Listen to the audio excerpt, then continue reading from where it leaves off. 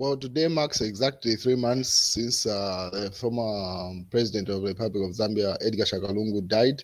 So, as you may be aware by now, Edgar Shagalungu died on the 5th of June 2025, and he has not been put to rest since then because there's been a fight between the Zambian government and the Lungu family on where he's supposed to be buried and the process regarding his entire funeral. So there's been negotiations that have been taking place between the Zambian government and the Lungu family to come to an agreement, whether it's going to be an out of court settlement or they'll wait for them to run through the entire process of the court cases. The Lungu family lost the court case in the High Court in South Africa. Then they appealed, but they appealed straight to the Constitutional Court of South Africa instead of going to the Supreme Court. Then the Constitutional Court of South Africa brought it back to the Supreme Court to say if you want to go through the process, that's not one of the cases that can skip the Supreme Court. But since then, it seems like negotiations have been taking place, and they've stayed off the social media or any of the news platforms, be it official, traditional news platforms or online platforms. But some of the ripple effects or the results of that negotiation seems to be coming because there's been a number of apologies, especially coming from people that are more inclined to the Zambian position or the Zambian government's position and the UPND government. They've been issuing a lot of apologies based off the statements that they had issued towards Edgar Shagalungu's family. And one of the people is Larry Mweta. Remember, he put up an apology, should have been like 4 days now, 4 days ago. He put up an apology of all the statements that he had made against the Lungu family and whatever he had called them. And then it should have been yesterday, it was reported that he's been suspended, as you see from that news headline, to say he's been suspended from his government position, should be in the Ministry of Technology. He's a director outside, and he was suspended based off issuing those statements because government had made it clear to say all statements coming in from the Zambian government side and the UPND are supposed to come through Secretary to the Cabinet, that is Mr. Patrick Kangwa.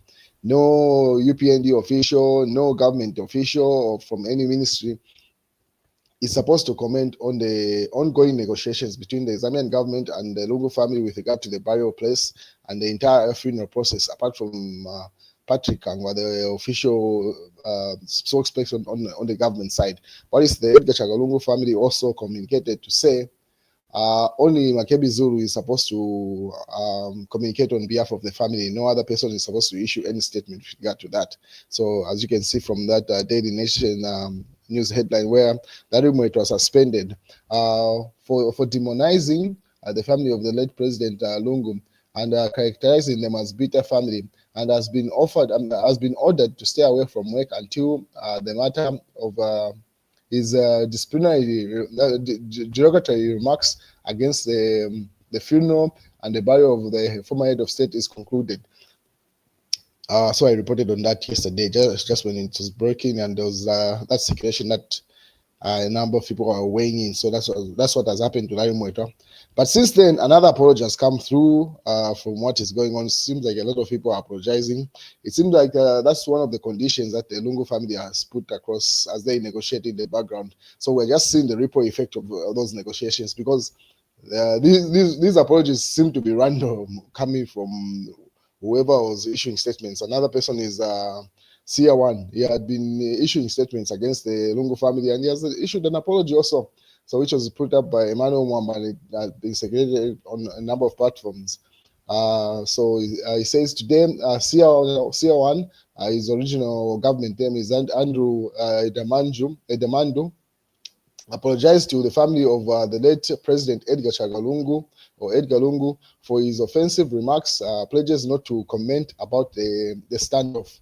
So that's another person that was issuing statements. So it seems like everyone that had issued a statement against Edgar Shagalungu's family and their demands, especially on the side of either the UPND or on the government side, whether it be sanctioned or unsanctioned, is now being compelled to issue apologies, because this is the second apology that I'm seeing coming from Sia1 following Larry Mweta's apology, and I'm pretty sure a number of people that the government can reach, that the Lungu family demands, are going to issue more apologies.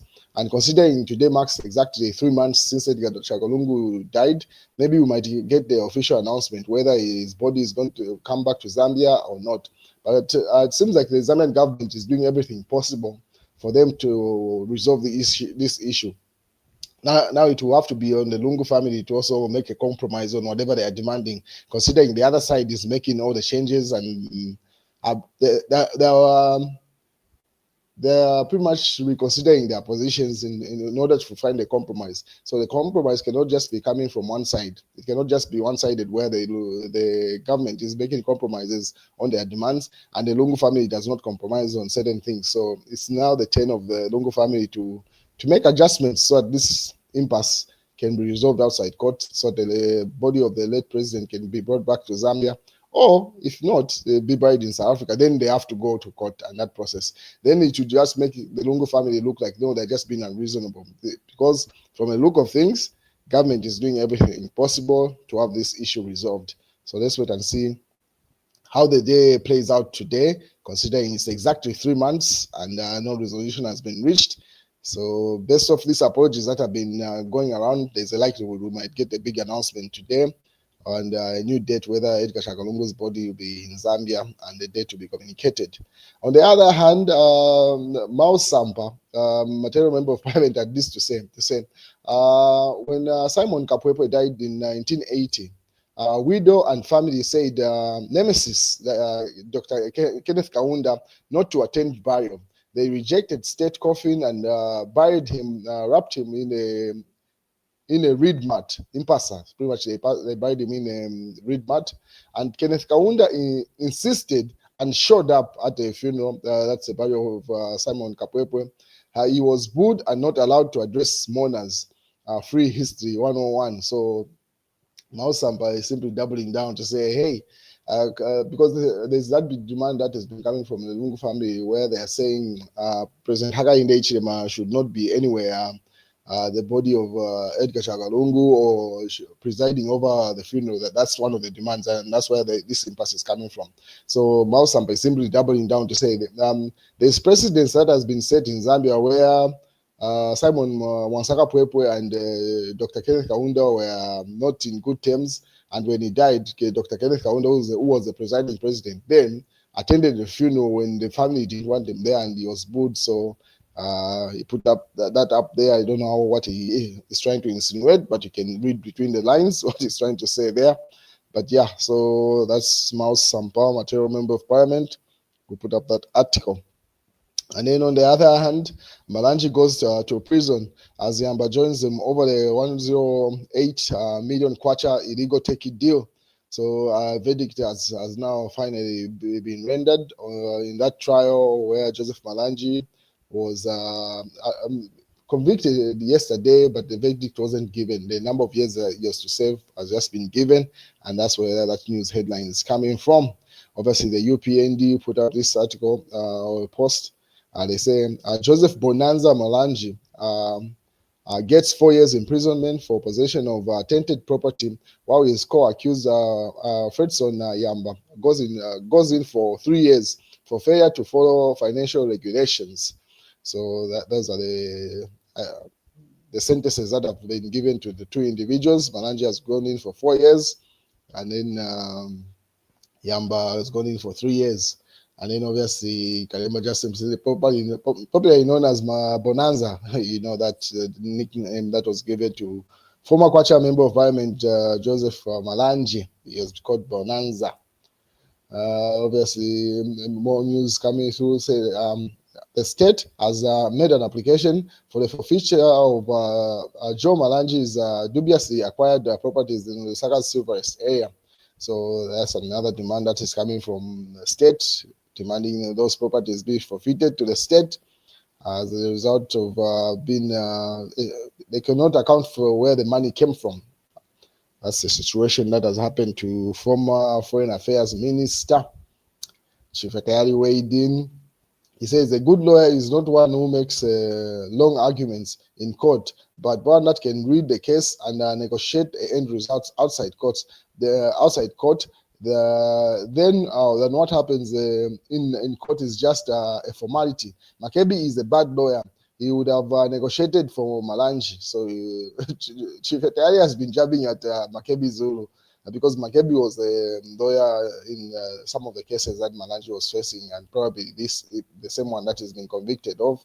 And Chief Etali is simply saying, Makebi Zulu is simply doing the same thing with the Edgar Shagalungu family. There, he doubles down with a comment, says, this is exactly what he is doing with the Lungu case. It's a bad case, and he should have taken advantage of government's pretty much goodwill to engage. So he's simply saying now that government is willing to engage with the Lungu family in as much as they're at advantage, because government won that case in the High Court.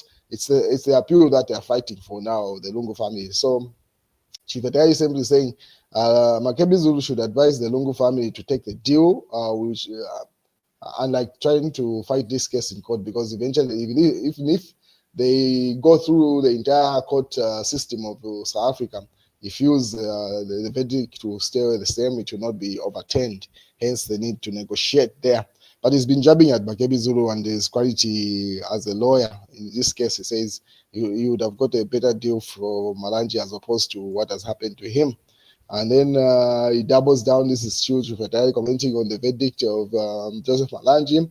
And he says, I hope the DPP will consider appealing the sentence of Joseph Malanji. 4 years, considering what they stole. So he says the amount that they stole is too much. That money should be given a more sentence. That was too much money stolen from Zambian people. He needs to go in for 10 years. So Chief Etali is appealing for a tougher sentence, or more years, 10 years to be specific. Now, one would ask to say, if you are advocating for someone to go in for 10 years, why not come back and face your own court cases and let's see the sentence that you get and the opinion that the public will have on that. So he's speaking as a runaway fugitive on a self-imposed exile. So come and face your own court cases and let's see if you'll be able to flex and render out 10 years jail sentences for people, as he is speaking from whichever country he's speaking from. But anyway, that's his opinion there. But then again, another funny thing with Chief Etali is that the same court case, just because he's got a good relationship with the other person that is involved in the court case, is appealing that the other person's sentence be reduced, or else Joseph Malanji's the sentence be increased. The logic there does not add up. I'll show you what you put up after this. Because here you can see he's appealing that Joseph Malanji gets 10 years as opposed to 4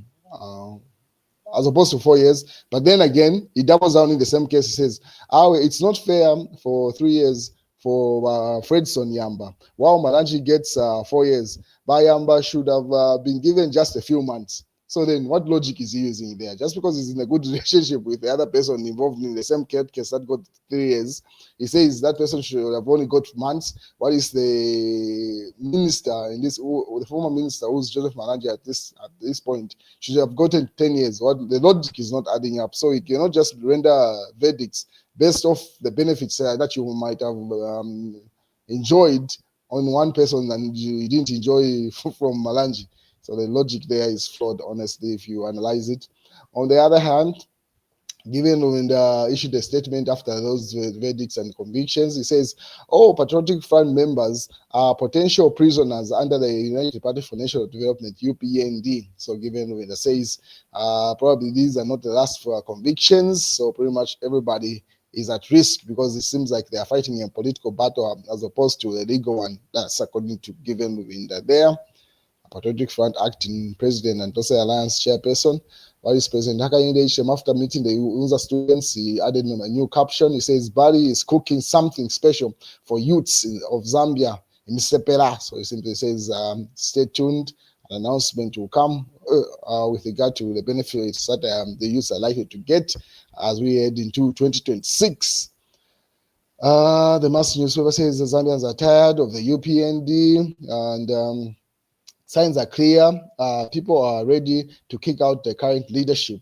So that's according to Copeland.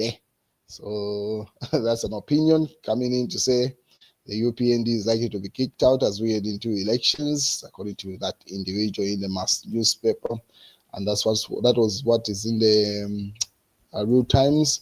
And then there are some headlines in the previous that I want to tackle, where it was this one, where it was regard President Hakainde Hichilema there. So you can see just down there says Hakainde Hichilema will cruise through 2026 pause with ease. That's the director of the UPND media. He says, looking at the political landscape right now, Hakainde Hichilema is likely to win and cruise easily into 2026. And then let PF get justice at Shangaram with regard to the pending pleads with the Chief Justice, Dr. Mulila, to ensure that the artificial confusion in the former ruling party be resolved, and be resolved now that the warring parties have decided to reconcile. So as you may be aware, Mao Sampa said his convention was illegal, making anything that came out of that illegal. So now that has been issued his consent, then PF is supposed to be given back to Given Wind and the rest of them. And that's what is referring to there. Mr. Joseph Marangi's court case making news there. And that's the news, ladies and gentlemen. So today marks exactly 3 years after, 3 years, 3 months after Edgar Chagalungu died. And probably we might get an agreement between government and the Lungu family today. An announcement will be ideal today. If not, we'll wait and see how it plays out. And that's the news, ladies and gentlemen.